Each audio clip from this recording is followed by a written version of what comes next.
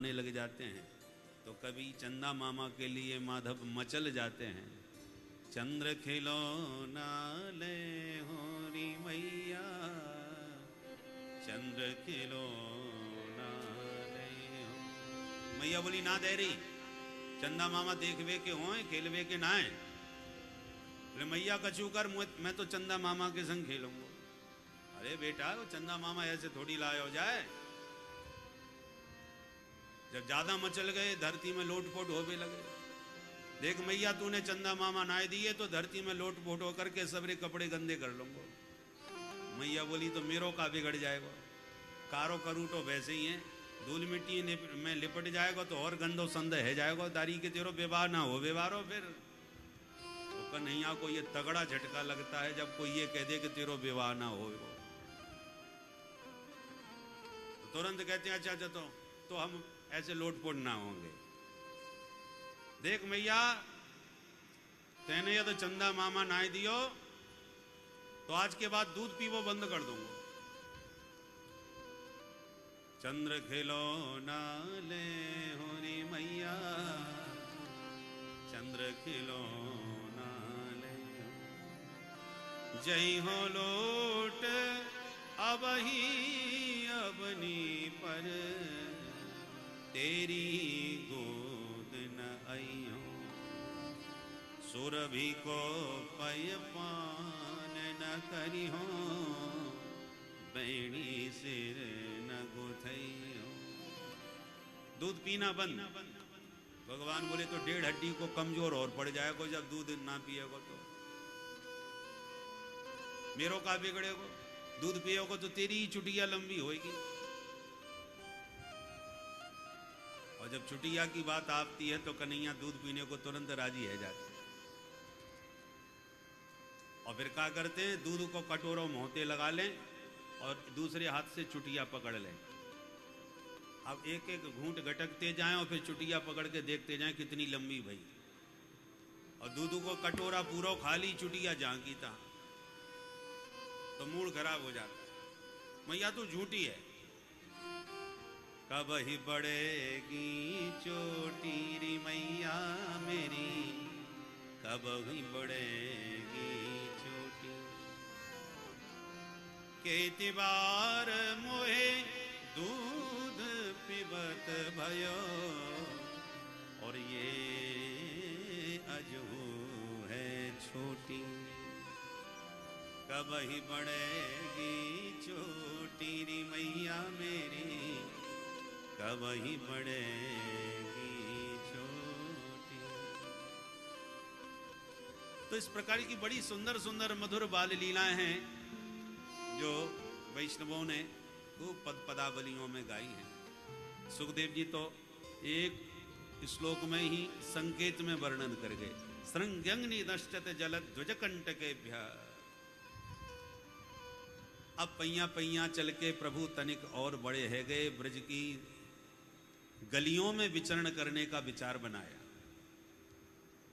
नंद बाबा की देहरी ने ऊंची है, लाला ने पहली बार देहरी से नीचे उतरवे की हिम्मत करी।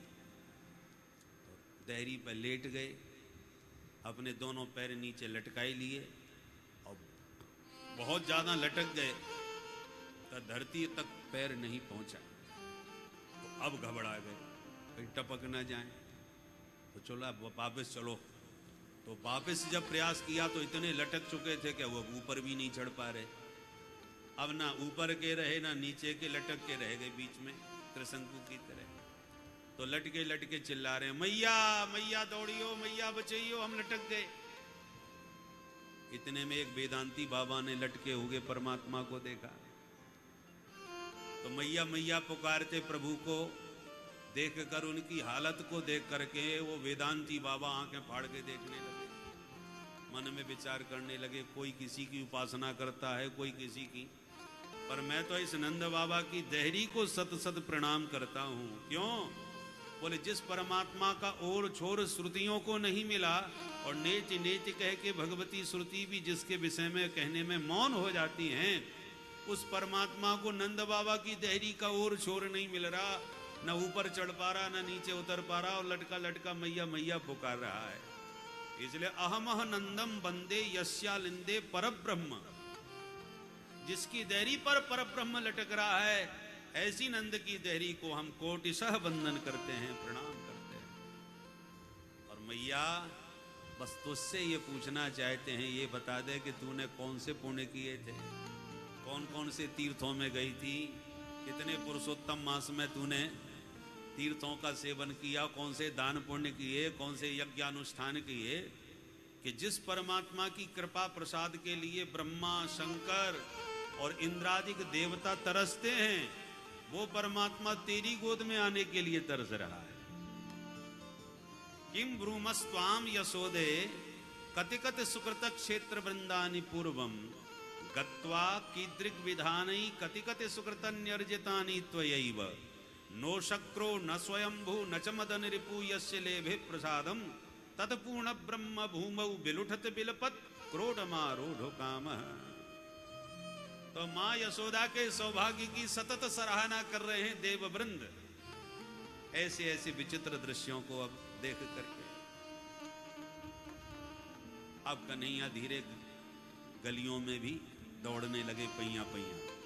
एक दिन ग्वाल सखा बुलवाए और बोले, ब्रजवासियों चलो भाई आज कछु नयो खेल खेले। कन्हैया भैया ये नयो खेल कौन सो है बता। कन्हैया बोले चलो आज हम लोग चोरी चोरी खेलेंगे। ब्रजवासी बोले दारी के ये चोरी कोई खेल हो? मैया सुनेगी तो वो पिटाई करेगी कि छठी को दूध याद आ जाएगा। कन्हैया बोले हम कोई रुपया पैसा चोरी की बात ना करे भैया, और काय की चोरी करेगो? कन्हैया बोले अपन माखन मिश्री की चोरी करेंगे। ब्रजवासी बोले तेरे घर में माखन की कमी है जो तू चोरी करेगा?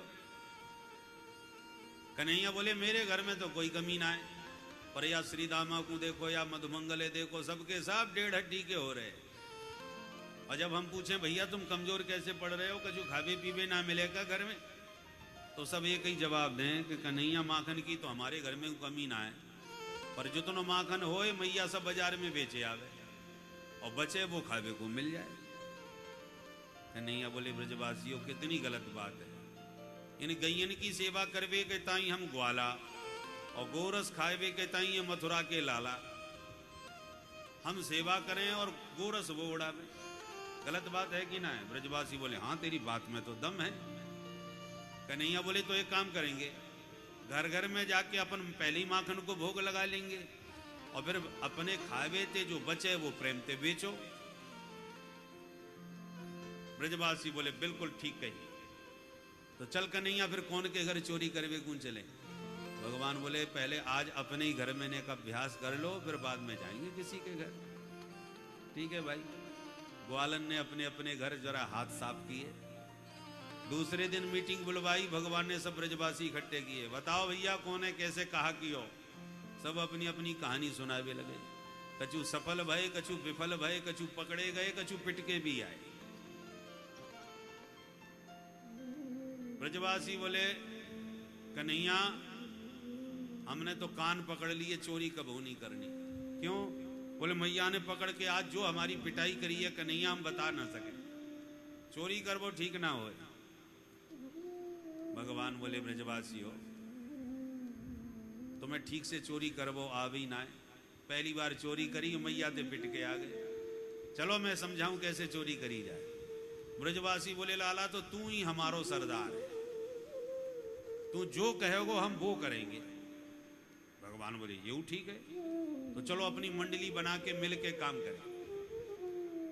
अपनी मंडली को नाम का होएगो? प्रभु बोले अपनी मंडली को नाम होएगो बाल गोपाल चौर विद्या प्रचार मंडल।